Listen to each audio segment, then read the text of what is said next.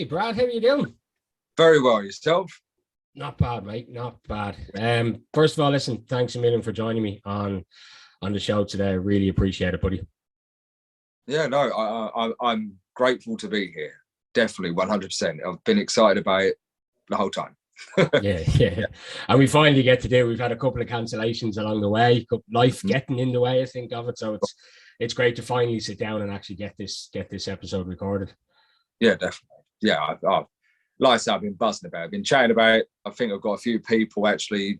I've been sharing the stuff around about your podcast. So that's the bonus to being able to get you out. Thank you very much.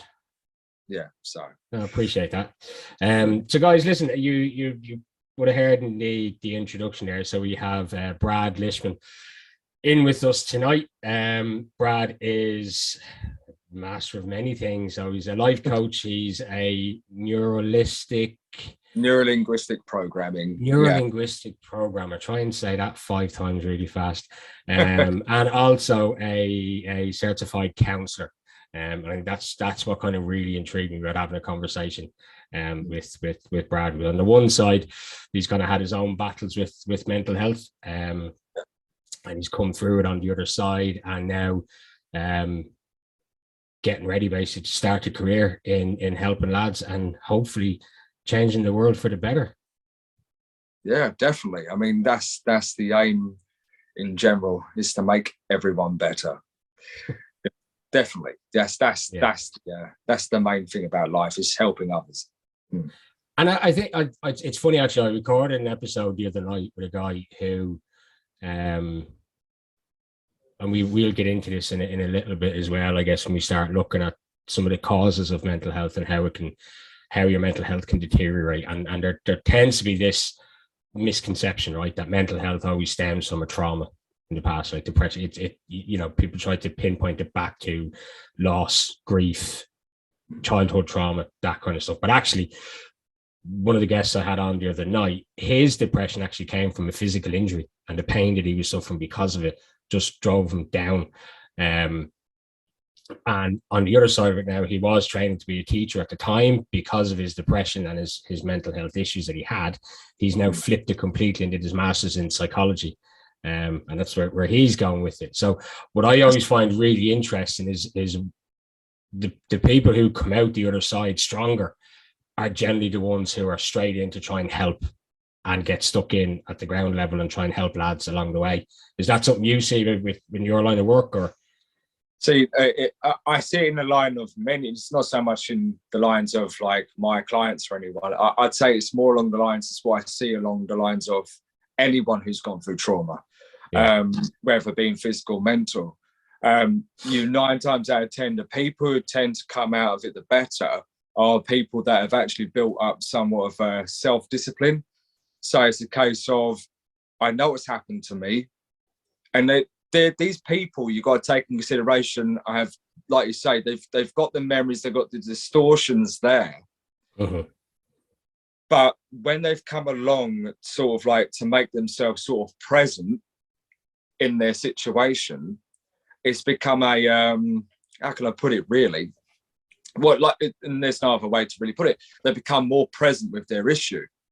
So therefore, the trauma they know is there. They know that what they've gone through has happened. Say, for instance, if someone's had an accident, they know what's happened, but they don't no longer want the suffering to happen. So it's a case of, well, how can I live my life the way that I am now without the suffering? How can I be fulfilled? I mean, it's okay to say happy. I mean, don't get me wrong. It's rather the existentialist way of looking at it is like people like, oh, suffering is life. But it's like, yeah, okay. But then if you take in consideration that in that suffering, what is the one thing that you could do to become fulfilled? I mean, it's a very Buddhist way of looking at things, like Buddhism way of looking at things. It's a case of taking the suffering and how can you live joyfully with that? Yeah. So therefore, people who have the trauma, it's more along the lines of, how can I become more self-disciplined with this? Sort of like they build that self-discipline of like, right, so I know I need to have this exercise to maybe like some form of physio to go through to build up this strength again, or what sort of mindset training do I need? What sort of pain management do I need? And these sort of people will drive themselves to continuously work on that. And don't get me wrong, I know it sounds cute, but it's true. But there are people out there that do then fall into depression and can't see any way out of it. Yeah, yeah. But I mean, the people around them are the ones that are going to make the difference. I mean, it's always down to, I mean, for support, it comes down to the environment. So the people who love you, it's going to be, they're the ones that are going to support you to want to be able to drive you out of that shell that you are in, to then be able to sort of grow and sort of like, you know, take the further development that you need. And that's what a lot of people with post-traumatic stress disorder, that's what they need, is to know that the environment they're around and the people that are supporting are there. Mm-hmm. They are there to help them, whether it's like family, friends, support groups, podcasts like this. I mean, there's always going to be somewhat value around you, no matter what. There's always going to be value. And a lot of people, you don't even have to have PTSD, anxiety, or depression to know this, but there's always going to be that one negative that's going to ruin the 5 positives that you've had in your life. Yeah. But it's becoming present with those 5 positives that got you there in the first place to be able to then move forward. Mm-hmm. Does that make sense? I mean, I don't. Yeah. But I mean, as it goes to the initial question, really, someone with, you know, that trauma, they just need to have that. Them sort of people, 9 times out of 10, do have that further self-discipline. Mm. That's what I found in my studies. It's always been a person who's always gone like, they're goal orientated. It's like, what steps can I take now to be able to, you know, like who I was yesterday, how can I better that today? Like at least like times 5 or something like that. And they go for all their goals, like, right, I'm going to achieve this, that, and that. And then the next day they double that. And it's amazing seeing people with that form of trauma and how they develop. It's inspiring. Yeah. And that must be like, for you, you've kind of just said it there, inspiring. I was going to say that it must be very, what's the word I'm looking for?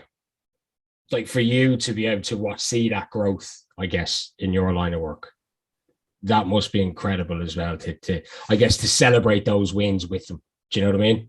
Yeah, absolutely. Those wins are what make your job as a therapist. I'm getting a bit emotional. I've had it. And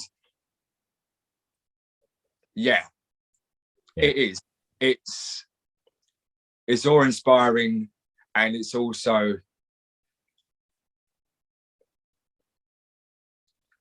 you don't understand how grateful you are until you've seen that, because it's There's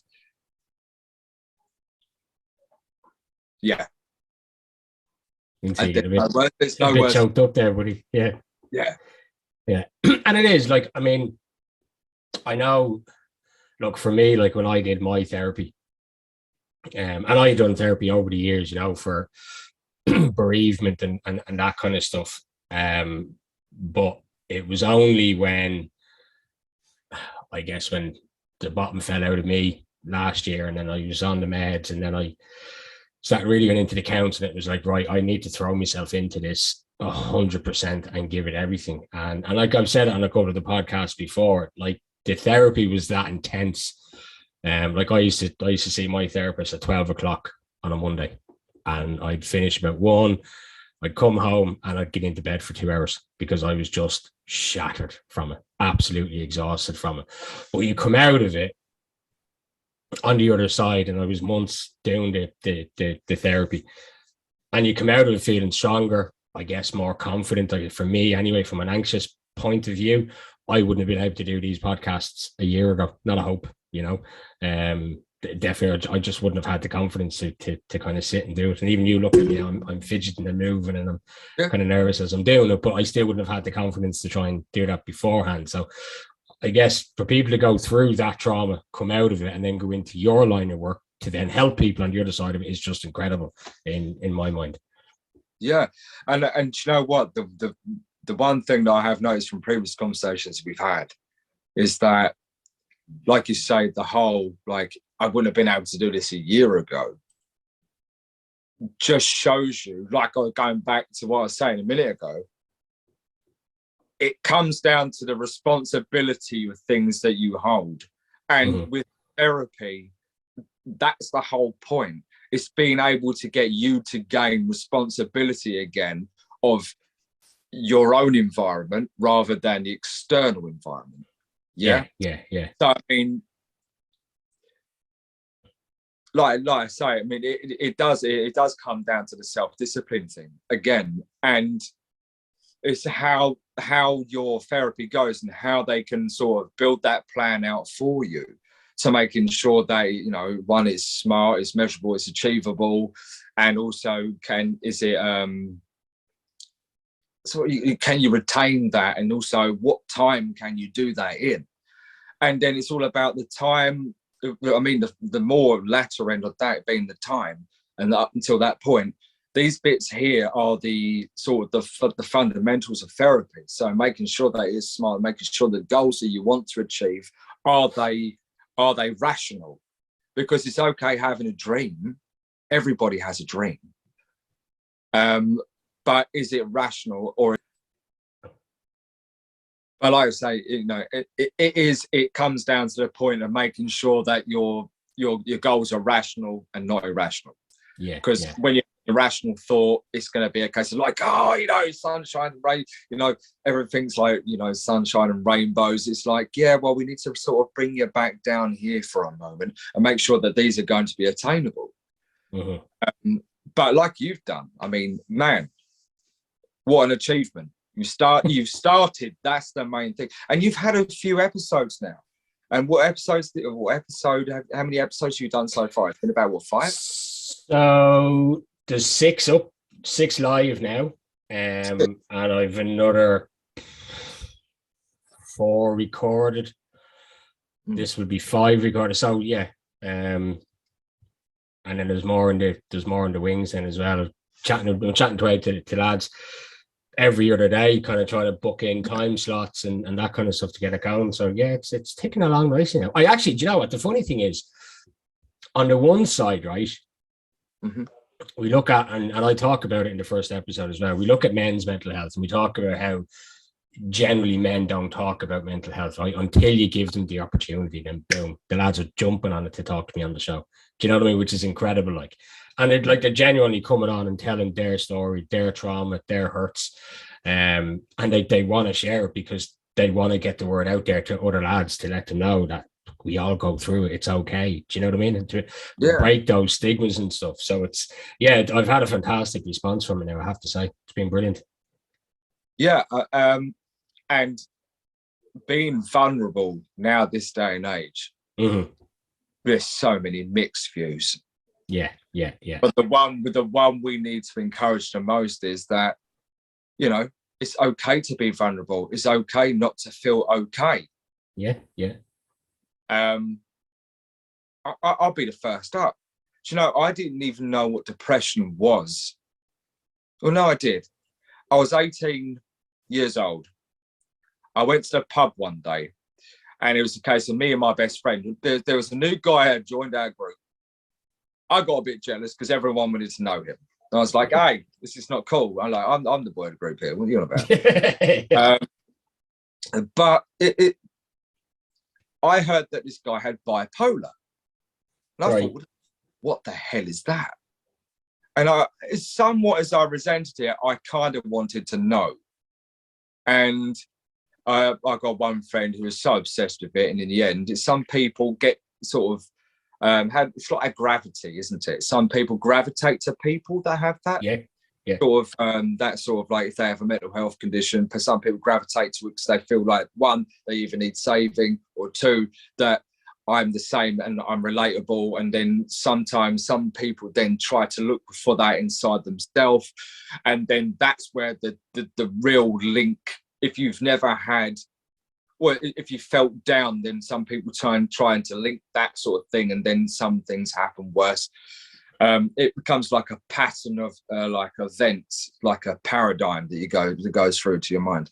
But anyway, getting back more to the point,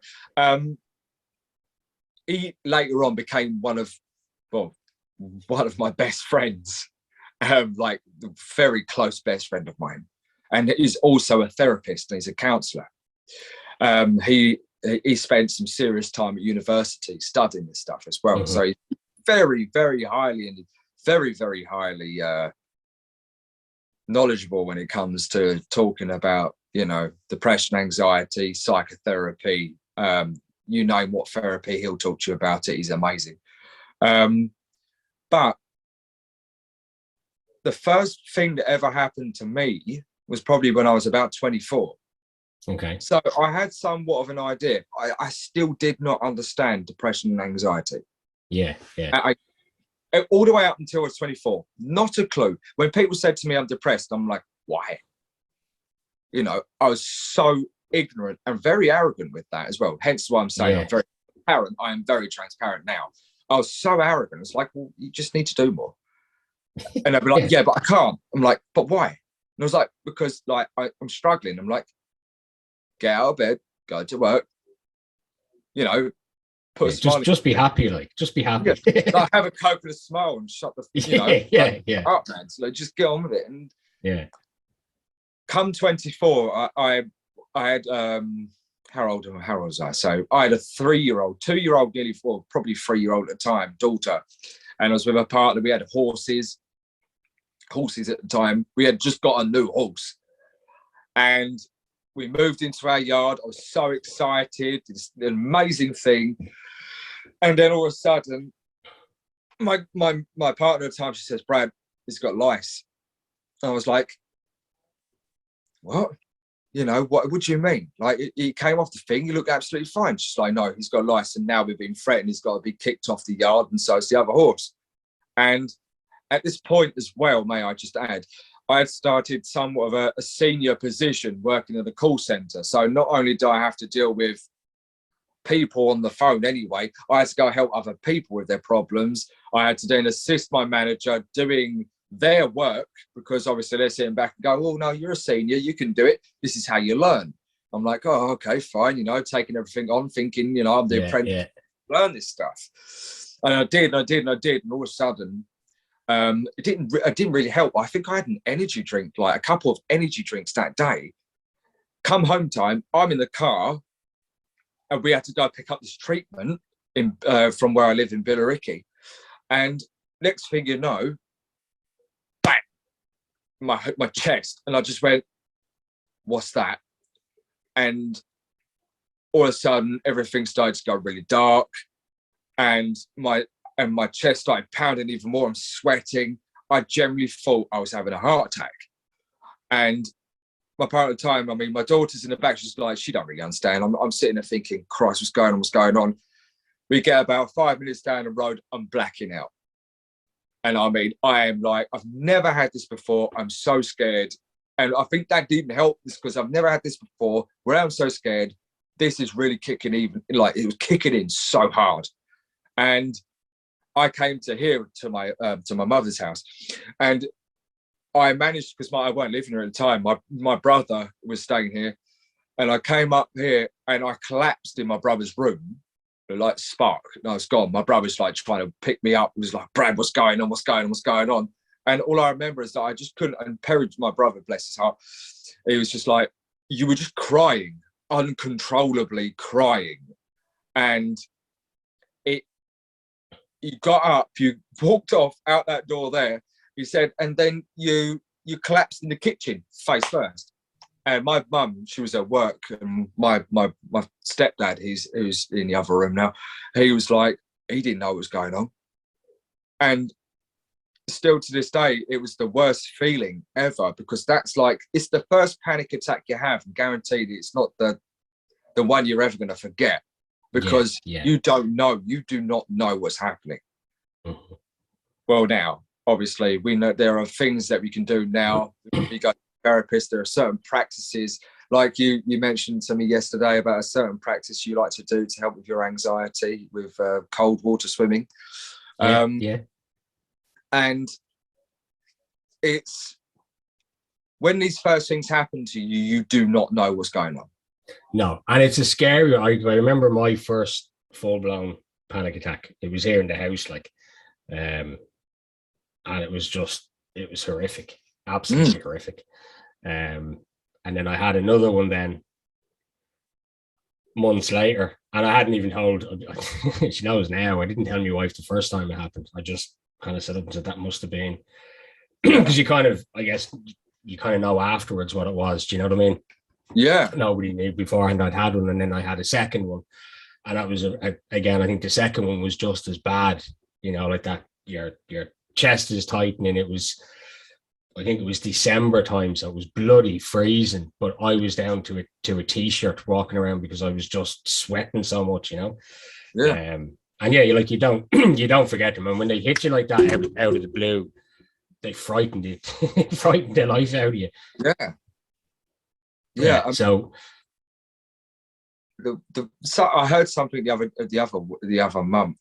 I'm trying to remember who said it now. It was a therapist, a very well-renowned therapist. I've got the face, but I can't remember the name. And they say, next time if you're walking outside and you feel like, say if you've got social anxiety, take that into consideration. You're going to the gym, which 9 times out of 10 happens to a lot of people when they're going to the gym. You know, they're scared because they're not in shape.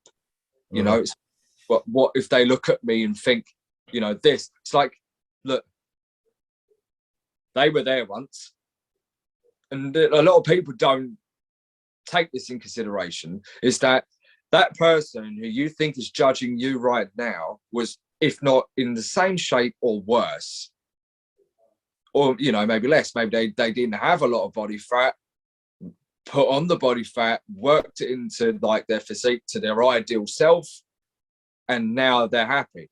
When you go to the gym, you'll be quite surprised. Like, I had the same problem.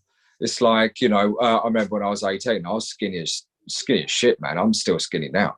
And it's a case of like, I was scared because I'm looking around and there's like all these guys that are like mega buff. And I'm like, well, they're going to rip me. And you'd be surprised.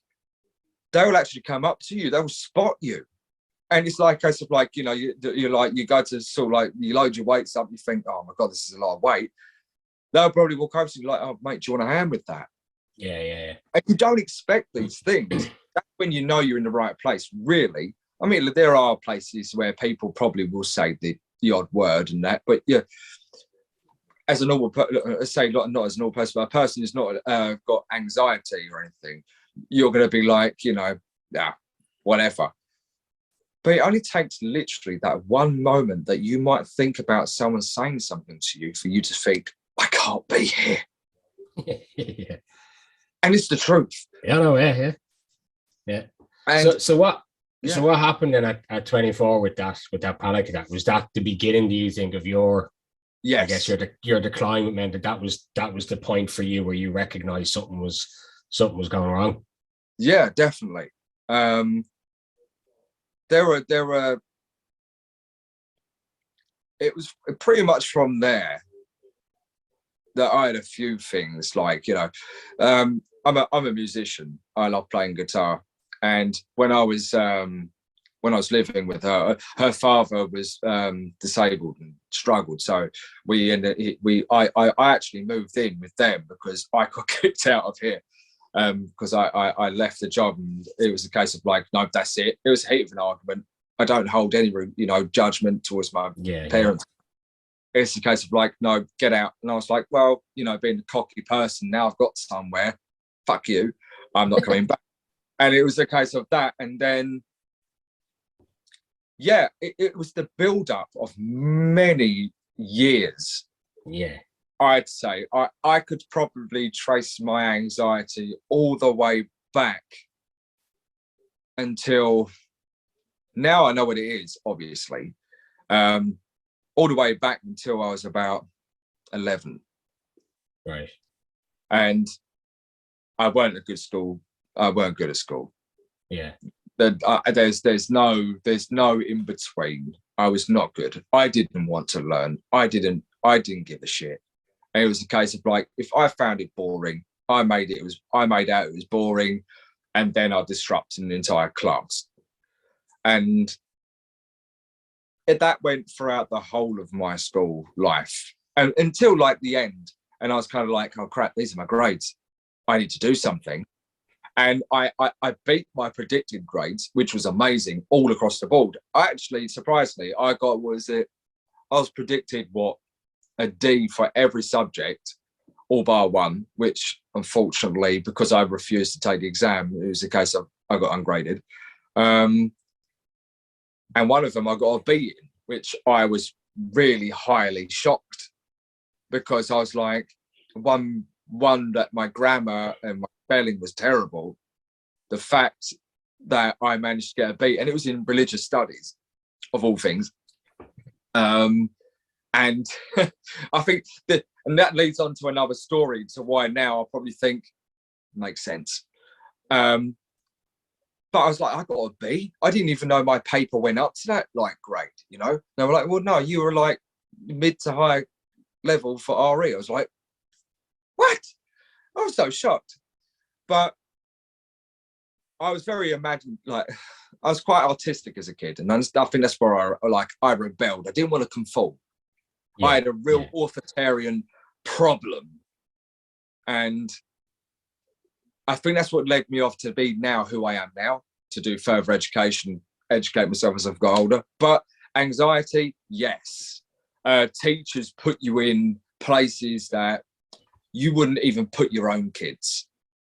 It's like, well, I hope no one puts their own kids in the situation I've been in, but it's a case of like subjecting you to the front of the class, so that when they told you off and sort of belittled you, they would try and make the whole of the class laugh at you. And when that happened, that's when the social anxiety then I think first took place. Because then by the end of it, it was a case of I played up, people laughed at me, it was good. But then there were also people there that are laughing at me because you're a fucking idiot. And that's when you identified yourself as the idiot, or the sort of like the person who didn't want to pay attention. People would tell you that throughout school, and you grew up with that identity. And then you come out of school, you go to work, you act the same. And it took a few jobs for me as like I was growing up, and you still had the same label. And it was the same identity growing up. And that's where, by the time of 24, I was chefing. Or no. I came out of the office, and then I went into chefing at the age of 24. Like literally, I stopped the office and I went in chef. Weird, admittedly, when you've got anxiety, to go into a place that's very anxiety fueled. But I thought it was a trade, and my partner at the time was like, you need a trade, go and do that. I was like, yeah, okay. So I did. And one day I had a panic attack in the kitchen because I was a pot wash, because I was trained to be, qualified, doing my qualification to become a chef. And you have to go into pot wash. And it's the starting point to anyone cooking. If you can handle that, you can handle the pace of the kitchen, regardless. And it's a case of like, I remember that day, and I was all big smiles all day. And then it just took that one time when I had like one customer just turn around to me, and they were the most nastiest comments I've heard ever in any form of customer service. And I did. I broke down in my, because I used to work in a theatre, so I was cooking for people. And it was for like 1,800 people a day, and you had like the best part of like 200 people queuing up to be like cooked by you from fresh.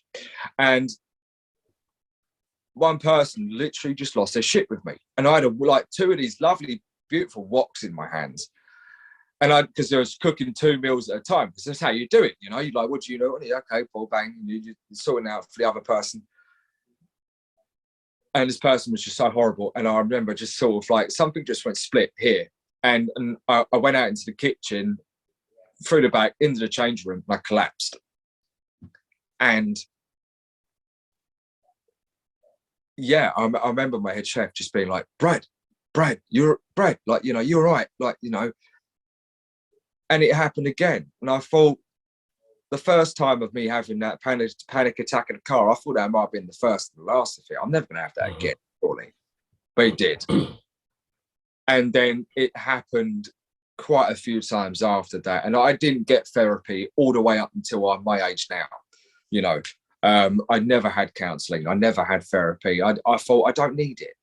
You know, I'll go and learn about it, you know, like, and even up to the point of like, what, maybe 29, I was learning about life coaching, neuro-linguistic programming. I'm thinking, how can I make these things work for me? Yeah, you know, like, let's see what I can do for that. And yeah, again, there's only so much you can help yourself. Yeah, and I think that's it. That's quite a male trait, though, isn't it? We don't talk about it. We don't tell her. We tell her, no, I'm fine. I'm grand. I'll sort it out myself. I'll fix it myself. I'll deal with it. It's fine, you know. And like you say, you go and you try and read about it and research it and stuff. And like that, like I did the same to a degree. Like when I had my, I guess, breakdown, if you want to call it that, and I thought, right, I need to do something. My first port of call was to the doctor. And actually, I put a post up the other day about it. I get the overlapping symptoms between anxiety and depression, and the confusion in it, and how it can be difficult, I guess, for a GP to diagnose, because some of the symptoms overlap and there are similar characteristics to the two. So I go in and I present myself with a certain amount of characteristics and symptoms, and he said, yeah, you've got depression, Matt. There's a load of tablets, knock yourself out, you'll be fine, you'll be grand. So I walk out of the doctor's surgery, right, full of anxiety, still not knowing that I'm full of anxiety, right? Trying now to tell myself, shit, I've got to live with depression now, and I've got to take tablets for it. And like that, I go home and I tell my wife and kids this, and I'm telling my family, I'm telling all my friends, Mark's been diagnosed with depression. And I'm thinking, I'm not ready to do counselling yet. I'm not ready to talk about it. I'm not ready. I can fix this on my own. With tablets are going to help, but I'll fix it. And you're researching and you're looking into it and you're reading up about it and all the rest of it. And it doesn't work. Like, you have to put your hands up and ask for help, lads. I think that's one of the key things we have to realize when it comes to mental health, physical health. Like, if it was, I think I said it in one of the episodes, well, if it was a physical pain, you'd go to the doctor, you'd go to the physio. Do you know what I mean? But from a mental health perspective, it's like, no, I'm grand, I'm fine, I'll sort it out. And it only really, I think, even like most guys, it's only when you actually hit that rock bottom point, that's when you go, shit, okay, fine, I'll go to, like, you know, I think we all have to hit, we shouldn't have to, but I think we do wait for that rock bottom part before we actually put our hands up and say to people, okay, I need help, I need to go and see a therapist, a counselor, a psychotherapist, whatever the case is, you know. Yeah. I went, so basically with my daughter, my eldest, I split up with her mum. Okay. And I did go to the doctors, and very similar to you, they turned around, gave me a little questionnaire, answer this, bang, bang, bang, bang, bang, bang, which it is standard for any form of therapy you go through. You still have to answer this questionnaire just so they know where you are. Yeah. And it gets more in depth for when you're going into therapy, especially when you're doing CBT. They need to know, you know, are you sleeping okay? Are you eating okay? What your daily activities are going to be like, you know, how you're coping with those. Name it on like a scale of like 1 to 10, 1 being good, 10 being bad. And in between 1 and 2, you got a 0.5, and it's very in depth. I mean, they do take, we do take all that into consideration. So then we can actually monitor and think, right, so this is where we're at now. This is where I'm going to sort of move the therapy towards. Yeah. So, but the problem about going to the GP is that they'll 9 times out of 10, they will turn around to you and they'll go, medication, you're depressed, you've got chronic anxiety. The one thing I had was that I was suicidal. Okay. I was badly suicidal. And it weren't because of me breaking up with my daughter's mum. It was the typical dad thing. It was a case of, I've brought you up for 6 years of your life, and now I've got to stop that. Full time, like, you know, like when I say full time, I mean I was working. Her mum used to, you know, bring her up and that, but being around them for that length of time, like you say, from a baby all the way up until, like, you know, 6 years old, and then you've got to then sort of move away from that. I won't say what happened about the breakup, purely because I don't ever want to shame her mother, No. myself, or anyone, any other party involved, or, like, you know, I don't want that to cause any form of adverse effect. Her mum is amazing. Her mum has done a fun fucking mental job with her. Like, my daughter's got a condition which is called it's a deletion of the chromosome 6, which means therefore this doesn't connect to your belly, so you're always thirsty, you're always hungry, and it comes with learning difficulties. Lucky enough for us, it's not that bad for our daughter.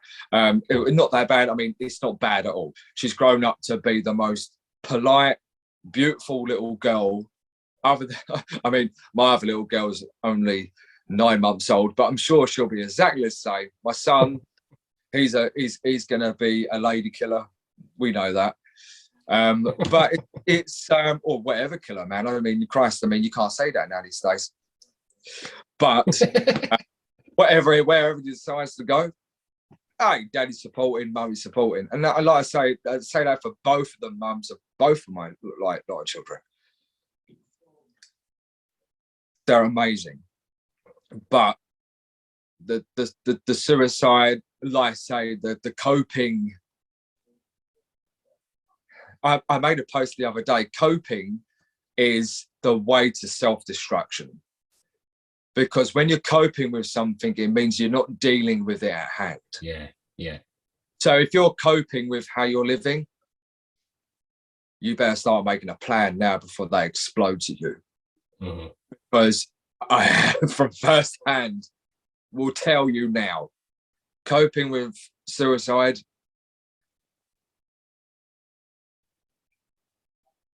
that is something that nobody should ever have to go through. And when you mentioned hell a minute ago, we had that conversation. Sorry, I'm 1 minute. Sorry. Whoa. Sorry.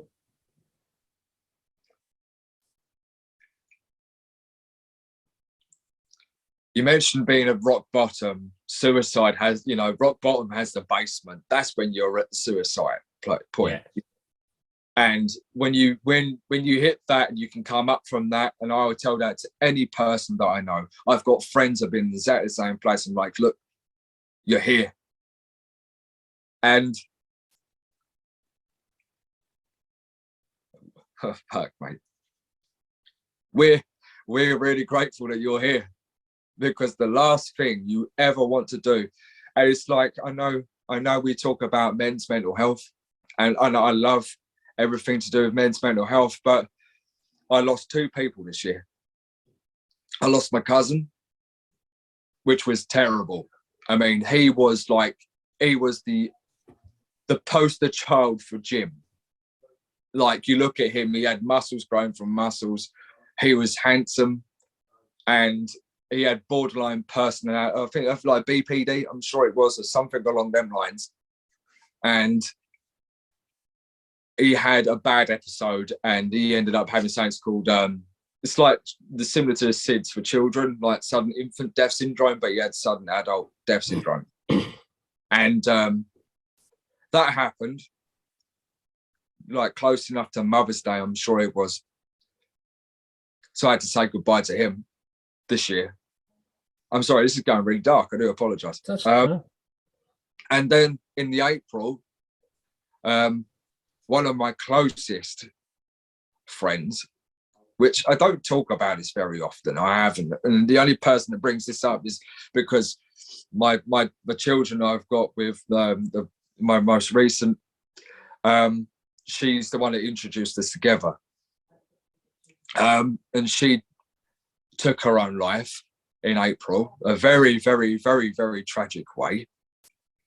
Which should no human ever have to go that way about it. So, like I say, losing my friend, it was quite a traumatic experience, not only for me, but also for my partner at the time as well. And for all the friends included. There was a massive group of us. And so, like I say, it's quite a statistic. I mean, the suicide rate within men is a lot higher than it is women, I believe. Don't take that for fact. That's strictly hypothesis. And I know that. No, you're onto something there. So the statistics that I've seen, it's generally the ratio is 3 times. So 75% of global suicides are men. Yeah.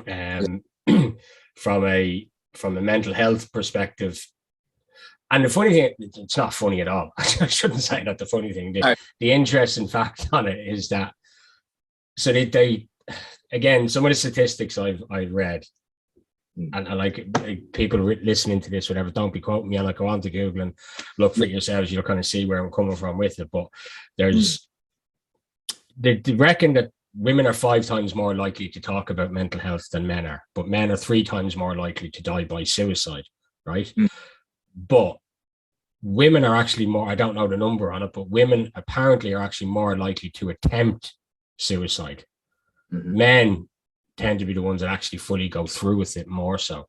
And I think what they talk about is because of the way they do it. So men tend to be a bit more violent with it because they want to actually go through it. Do you know what I mean? Not that they want to go through with it, but conviction side of it. They're more convicted to do it. So their conviction being, this is how I feel, and this is what I'm going to do. Yeah. Like some of the things I read where like women, like attempted suicide and stuff tends to be an overdose that doesn't work, basically. Do you know what I mean? They'll pass out, they'll be found, and you know, they get rushed to hospital, whatever else, and then they're fine. Men, it's either with a car,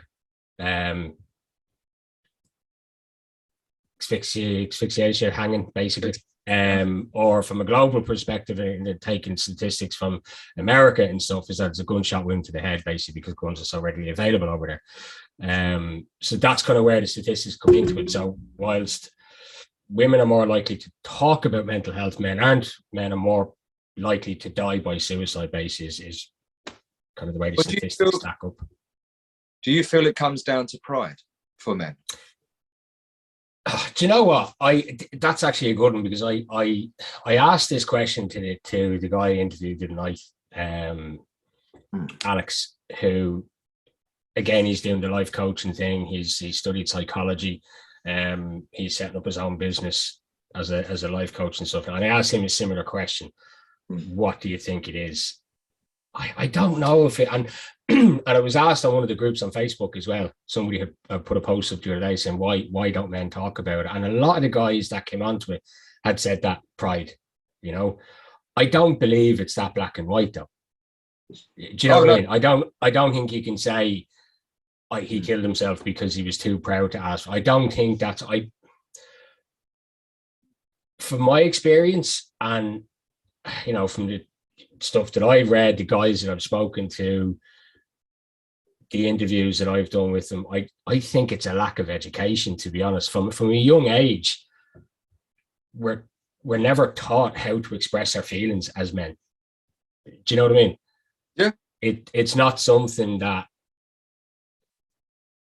you grow up learning. Do you know what I mean? And then it's wiped. And like, again, like I've said it over and over in the posts I've put up and in the other podcasts, and that it's man up, wipe those tears away, don't cry, don't show your feelings. But all of this kind of is just drip feeding into you. to the point then where it gets to where you've hit rock bottom and you've been told not to talk about it, you know. And I even say, I think it's in the first episode, I say, you know, where I know personally, I know 5-6 people that have died by suicide, that were close to me. And we'll stand around at a funeral of a bloke or a girl who's died by suicide and wonder why they didn't say anything. But yet society tells us not to say anything. And then we moan that they didn't say anything. So try and figure that one out. Do you know what I mean? So I think pride comes into it, absolutely, you know, and like we said earlier on, we try to fix it ourselves, don't we? Like men in general, we try to fix things ourselves. And I think there's an element of pride that plays a part. I think the bigger element, I think, is societal expectations of men, that we're supposed to be strong, we're supposed to be this alpha male, we're supposed to, you know, not show that we're vulnerable, we're not supposed to show our feelings, we're not supposed to do any of this stuff, show a feminine side almost, as you know. How we're conditioned. Yeah, so in that stage of, like, normally when you're about 2 to 4 years old, when you fall over, it's get up, don't cry. Yeah. It is, come on, what are you doing? Don't be stupid. Come on, up you get. Why are you crying for? It's the repetitive, the things that you have like that are the reasons why when you're a boy, because you got to think, when you got a little girl, it's like, oh baby, okay, you pick her up, you're like, oh come on, don't be silly, like that. And I openly admit, I mean, Christ, I mean, having kids, boys, a girl and a boy, I would say I'm more hard than him. Like, was more hard. Now I've got a better understanding. It was a case of like, oh, why are you crying? Come on, get up. Don't be silly. Come on, get on. You know, it's like you fall over, scrape your knee, you get up and stand up and cry. The one thing that I had when I was younger was you stand up and cry. Because if you sit down and cry, that means you've given up. And I was like, okay. And that was my granddad. He said, you don't ever sit down and cry, boy. And he's dead now. He always sat down. So I don't know how he stood up and cried. He was always sitting down. But it was a case of, yeah, okay, in some kind of way, you might be fucking right in some really shit way, because I feel that it's okay to cry. And I'll encourage any man to cry, because I tell you what, when you cry, you'll be surprised what comes out after that. Yeah. And it's a case of like, if you're not crying and getting angry, or you're not crying and being happy, then there's something really fucking wrong. Because if I'm sitting there, I'm crying, I'm either really pissed off, or it's a case of I'm so overjoyed, I'm laughing because you've just made me cry so bad. Even if that's not the case, the way you've got to take in consideration is that your thoughts are not linked to simultaneously linked to the way that you feel.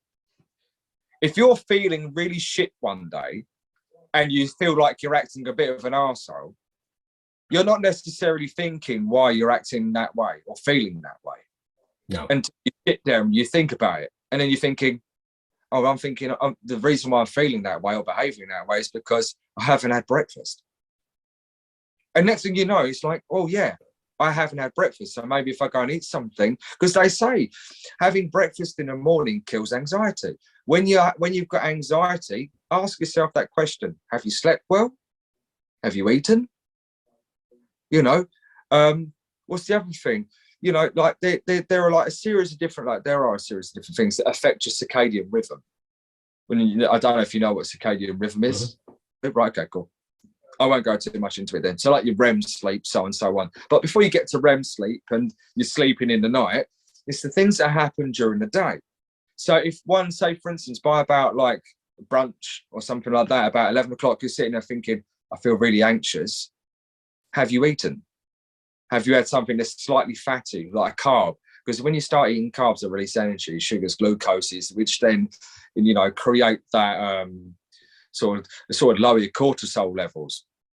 So therefore you're not anxious, because cortisol is the stress hormone that's released when, you know, when you're stressed and you've got anxiety. But then by doing that and by eating, then you're sort of like getting your glucose levels back up, and then that sort of diminishes your cortisol levels. And then you've got to ask yourself another thing. I mean, what are you doing in that moment? What are you doing presently at that time that you could probably do to make yourself feel better? If you're feeling anxious, go to the toilet, splash your face with some water. It's an instant kill for anxiety. Nearly instant. I wouldn't say it's like splash your face with water. It's like, oh, I'm good now. But the little things like that. And also another thing is, I heard it's amazing, and I've used it on myself recently, is that when you're having a bout of anxiety, you can feel your heart. Yeah, you can really feel that, can't you? Ask yourself, am I anxious or am I excited? Because when you're excited, your heart is pounding out your chest. So if you can sit there and think, well, maybe I'm going to work, but later on I'm going out and I'm meeting someone, or I've got a games night, or I'm going to the bar or something, try and switch that anxiety around, because that's called reframing. So what happens is you reframe that feeling of anxiety into excitement. Therefore, it completely changes the thought and your behavior. It's a cognitive behavioral therapy technique that you can use. But it's you got, there's loads of little techniques you can do to get over anxiety at present times. But don't get me like breathing techniques. You know, you got you breathe in for 4 seconds, exhale for 8. But before you exhale, you have like that 1 second where you hold it in and then you breathe out. And that sort of makes you more oxygen rich rather than carbon rich, which therefore then reduces the the carbon dioxide, which creates the anxiety in your mind or in your brain. There's like loads of little techniques that you can do, but unless you hold them, you don't know. And that's the whole point of your podcast and things, Yeah, and it's funny actually you say that, like, certainly from a breathing perspective. So the first time I did any breathing techniques was with my counsellor, right? And it was the same thing, it was the, breathe in for a few seconds, breathe out for a few seconds. And I know, like, with my wife says it to me all the time, sitting on the sofa, going to sleep at night, she can hear how shallow my breath is, because it only comes to here to the chest. Do you know what I mean? I don't take deep breaths. I don't breathe deeply all the time, I'm in a constant state of shallow breathing, basically. I like that to count. And the other thing the counsellors do from is if you're feeling an anxiety thing, it's what way is it? Look for 5 things, listen for 4 things, smell, you count down. I think there's some modalities. So you got your visual, smell, taste, touch. Touch. So if you can do those and you can monitor, the other really good one to do is that when you're sitting down, put your feet on the ground. Sort of like, it sounds stupid, but when you've got your feet on the ground, stomp one foot, stomp the other, grab something, look around, take a deep breath and listen. Because when you do that, you're bringing yourself to the present at that time. Yeah. So bring yourself more present, and your anxiety will start to, calm down. You'll be able to rationalize with yourself more, because that's a lot of when you're in an anxious state or depressed, you're thinking irrationally. So therefore you need to bring yourself back to a reorganized state of mind. Yeah. And actually it's funny you say that, right? Because I did a video on it a few weeks ago. I just jumped on and recorded a video and posted it on on the Anxious Lad page about the logical thinking and concentration and stuff, right? And this was a big one for me, because I would almost get that anxious, I'd send myself into the fight or flight response, right? So I'm now raring to go. Do you know what I mean? Pupils are dilated, heart is pounding, muscles are tensing, the breathing is getting shallower all the time, and like that, your logical brain shuts off, done, gone, and all it wants to do is fight this perceived danger, or that it thinks this danger you're in. That natural physical reaction to your brain way of thinking. Basically, that goes back to caveman times. Do you know what I mean? It's something that's innate in all of us. Is that that fight or flight response, is that innate feeling in us all. And another thing actually that's been really helping me, again, I guess from a breathing perspective, and it's the first interview I did on the podcast, is with Justin, the guy from Arizona. And Justin and I are still talking nearly every other day of the week. I actually have a call with him this weekend. He's teaching me Qigong, like meditation and breathing and stuff. And the way he put it, I remember talking to him a couple of months ago about it, and he was like, how's your week been? I was like, I don't know, a bit of a fucking fit during the week. And, you know, somebody says something to me and it's boom, snap, fight or flight, and I start screaming and shouting. And he says, and I guarantee it, just before you raised your voice, there was you couldn't catch your breath. And he says, that's it. That's the switch for you. So like that now, every night going to bed, during the day, I'll basically sit back, and it's like you said earlier, it's about getting rid of all of that stale, what you call it, you know, getting the good oxygen in and the, you know, bad stuff out. So you start off by just completely emptying your lungs of all air, and then taking a big deep breath in, and then taking it out, and you should be breathing in the same amount of time as you're breathing out, basically, and getting that rhythm going. Exhale more than you are. You breathe in and you exhale for longer than what you would breathe in. So basically you're getting rid of, you're becoming, that's the whole term of oxygen rich, is your oxygen level should be higher than the carbon dioxide, dioxide more, you know, system. Yeah, so it is, and I get, you know, there's loads of the cold water on your face, that kind of stuff. There's people are saying, you know, look, if you suffer from anxiety, you know, the great thing to do is just before you get out of the shower, turn it right cold and stand under the cold water for 10-20 seconds. For me, I thought I'd never do it, and, you know, I spoke to you about it the other night. My wife and I are trying to go sea swimming every day. Sea swimming in Ireland is bloody cold. You know? But it does work. I feel absolutely amazing at the moment from it. Like it's really good. I never thought you'd get me into the sea. Like I said, it's even in the height of summer, you know, my wife and the kids would be in the water and I'm like, nope, not going near that. That's too cold. But I actually crave it now. I miss it on the days that I don't go. Because it forces you to catch your breath. It forces you, as soon as you hit the cold water, you have to, do you know what I mean? You get that shock, and you have to take a deep breath, and you have to start breathing properly then and stuff. So it does work. Anyone listening, jump in the sea, turn your shower to ice cold just before you get out of it, splash cold water. Another one is put your head into the sink full of cold water first thing in the morning for a couple of seconds. If you've got ice as well, like keep a little tray of ice in your freezer. But it's like the complete opposite to what you used to do for the whole Vicks, you know, where you got that mentholated stuff in the water when you breathe it in, you're like, like that. Instead of doing that, bowl of ice water, slap your head into that the first thing in the morning, guarantee you'll be awake for the rest of the day and probably, you know, until you go to sleep. Yeah, definitely. It's a good practice. Yeah, and especially when you got the likes of like Wim Hof, like, so they call him the Iceman. So he's the one that can go to do these like he'll go on swims in like the most coldest temperatures you can think of. If you haven't checked him out, check him out. He's on YouTube.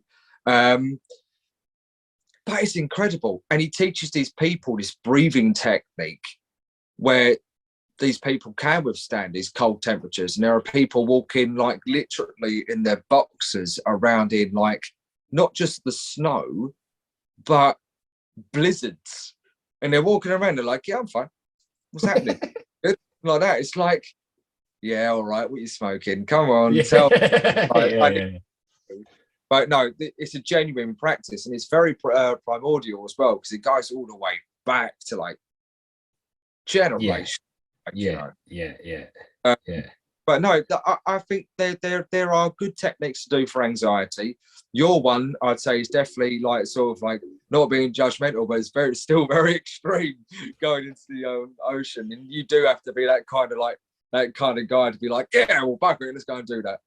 But any form of practice by putting, like, say, for instance, water on your face, splashing water on your face, and sort of, there's a technique that Tony Robbins teaches, which is a neuro-linguistic programming technique, which is called rapid transformation. So what you do is you're standing there and you might be feeling down. As soon as you identify at that moment that you are feeling down, you'll notice this when you watch the Olympics. You'll see someone, they'll go clap, clap, clap, like that, really loud, and they'll jump up and down, they'll move their body like into a way, and that's it, bam, they're straight back into that mind frames, like they sort of made themselves present again. It takes a bit of training, but rapid change of state. Sorry, that's what it's called. So you're changing your state instantly by clapping, you jump up and down, and you're like, yes, let's do this thing. But like I say, it does take a bit of training. NLP is one of them things. It's great for these little techniques. It's a methodology and attitude. That's basically what it is. And it's just people to become more present.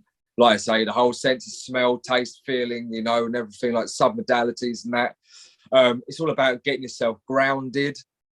And if you don't know what NLP is for you, I'd highly recommend it. It'll be amazing, especially doing a podcast. It gives you, like, people sitting here with me now, being able to sort of like look at how their body language is, you know, and trying to sort of identify little points. Like, say, for instance, you bring up stories that, like, you know, like that, they're a bit defensive. It's all about how you can then sort of make them feel comfortable. It's like manipulation in a good way. So you're trying to, even in counselling, you learn about neuro-linguistic programming. It's just a really good modality to know, because it like little ticks in the face, like you see someone like twitching, maybe, I'm not saying they might have a tick or something, Christ, they don't just tune, but there are little things, like if they're being defensive and you're asking them, they might do something, or might like make a little twitch. It's good to know, because there might be a sort of like something you can pick on there where you might be able to go, I might have something here, and then sort of elaborate a little bit more and try and sort of get them to sort of ask them the right questions, you know, and trying to bring them out. Yeah. So it's a really good technique to know. It's a very no, I've read bits and pieces on it now, to be honest, but I haven't looked, I guess, too much into it now, but might be time to start reading a bit more upon it, I guess. Well, I've written on it. I'll send it to you. Yeah, that'd be awesome, actually. Yeah, I've written that, so you can read up on that. It's just the understandings about, like, you know, say the methodology behind it, the attitudes, the behaviors, key points, you know, like, you know, behind NLP, what the things to sort of like things that would probably benefit you more on certain aspects in life. You know, like I say, it's a methodology, so therefore you pick and choose what you want to learn from it. Yeah, it's really good. It's really good. Yeah. So what I like about this, actually, we keep jumping back and forth into different bits, which I'm loving, actually. This is a great conversation I think we're having in this one. But from your perspective, right? So can we go back to, I guess, the suicide ideation for you? Let's pull it back a wee bit, because I'm interested in hearing now how your mindset changed, and how you went from that deepest, darkest point, without trying to bring the whole tone of the episode down as well, but because there's methods to the madness, basically, and people understand as we get onto it, the line of work and stuff now that you're doing as well. I'm interested to understand and see, from your perspective, how did you switch that around and pull yourself back up? Because you said it yourself earlier, the pride thing, people don't ask, people don't put their hands up and stuff, but yeah, you clearly did. You were at that point, and then something obviously switched for you to turn it around. Yeah, I had the fear of God put into me. Right. And in the take whatever, I'm not a religious person. I'm spiritual, but I'm not religious person. I went to a club. I did a stupid thing. I took a load of pills, a lot of them. And I, by this point, had somewhat kind of been drinking. Well, I had been drinking. And I had a bouncer stick his hands down my throat. And the whole lot came up in just like this horrible mass of stuff. And he asked me, do you have children? I said, I've got a daughter. The guy punched me square in the face so hard. I mean, he was a big dude, like, you know, he saved my life. You know, I haven't seen him since, I'll be honest with you. I've always wanted to thank him and say to him, look, this is where I am now. I just want to thank you for that. I'm very grateful. Obviously very grateful. I don't think I could, grateful is just, it's an understatement. But he punched me in the face and he turned around to me. He said, you should be ashamed of yourself. He said, because you've got the opportunity to have something that I don't. And I don't know what he meant by that. I still probably will never know what he meant by that. But he picked me up by my neck. And like I say, he was a big guy. I mean, he towered me like by far. And he was just as wide. I think he must have been from somewhere like Fiji or something, like that sort of look about him, like just this really big man. He picked me up and lobbed me like that, threw me in that direction and go on. And I did. And I actually went back that night because I was closer to my ex-partners anyway. So I went back to there. And I slept in my daughter was sleeping in my ex-partner's bed. So I was like, oh, sweet, okay, I'll sleep in her bed then. It was lovely, that bed. And I remember getting into the bed and woke up next morning with a big fat black eye. And she was like, what happened? And I couldn't bring myself to lie. Because I know if I lied, it's going to come back at me, you know. So I told her. And she said, well, thank God you're here then, aren't you? Something along them lines. I can't read 8 years ago. But yeah, oh no, it must have been about 6 years ago. Yeah, something along them lines. And yeah, she just she knew I was going for a hard time. Yeah. And to be honest with you, we had our arguments, but she supported me. And that, for a woman who wanted to move on, for someone who's in a mess, I mean, all right, yeah, we say we loved each other and that, you know, that's great. But she did, and she helped me through that. And not only that, but my mum did. My mother, I mean, Christ, she's seen me at the worst. Let's be honest. And it's nice to be surrounded by people that actually do care. Even when you're now, and you could possibly think all these horrible things in the world, like no one cares about me, no one loves me. You kind of have to take yourself back. And I know that's easier said than done. And I know there are people out there that have the same situation but can't recognize it. But if you're listening now, I highly recommend you take a look around when you're feeling this way and look at the people who do love you. Because at the end of the day, it doesn't have to be family. Just because you're blood, you don't relate. And trust me, I've got people that I'm not related to that I love more sometimes than family. You know, and they've been there more. I hope they're not listening. I do apologise. People, they're probably going to be listening to this thinking, well, yeah, fuck you, bro. But it's the truth. And the last thing I want to do is lie. You know, I'd rather be transparent about it. At the end of the day, yeah, my family were there when I was in this really dark place. Even the people that I didn't think would be, they were. Mm-hmm. But the only word of advice that I would give to someone who's really feeling that way is that get help. You